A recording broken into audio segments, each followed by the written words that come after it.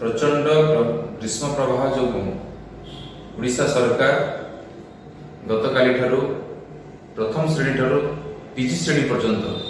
पिलामानकर समस्त पाठपढ़ा को अनिर्दिष्ट काल ପାଇଁ बंद କରିଛନ୍ତି। एणु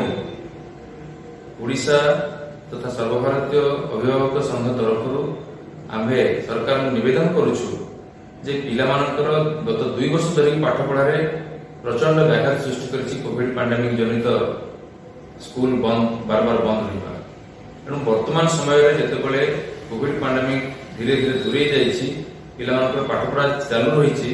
ठीक सेतिक बेले ग्रीष्म प्रभाव आसीछि ताको आखे आगे रखिक सरकार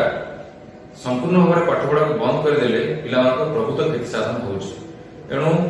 सर्वभारतीय अभिभावक संघ तरफ आम सरकार निवेदन करुछु जे पिलामानकर पाठपढ़ा चालू रखा जाऊ एवं ग्रीष्म प्रभाव जनित विपदर पिलामानकर सुरक्षित रखिया पई मध्यम मेजर विभिन्न कर्मकर्ता ग्रहण करा जाय। एथिपई सकाळ 6टा रु दिन 10टा पर्यंत यदि पाठपढ़ा चालू रखा जाए एवं पिलामानकु पुनर्बार घर को पठे दि जाए ताहले मु भावुछि कोनोसी असुविधा हेबा नाही। होय तो ए ग्रीष्म प्रभाव सहरांचल रे बहुत बाधुछि किंतु ग्रामांचल रे एते ग्रामांचल रे गछ वृक्ष एवं निज ग्राम रे स्कूल अछि सेथिरे पिलामानकर विशेष किछि असुविधा होउनथिबा आमे उपलब्ध करिछु। तेणु आम सरकार को प्रस्ताव रखुछु तुरंत सरकार गत आसंता मई मास ठारू अभिभावक एवं शिक्षक मानकर प्रत्येक स्कूल स्तर रे बैठक डाकिकरी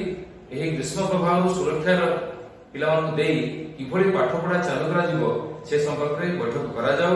एवं पिलाମାନଙ୍କର पाठपढ़ा चालू रखा जाऊ स्कूल को संपूर्ण बंद रखा न जाऊ।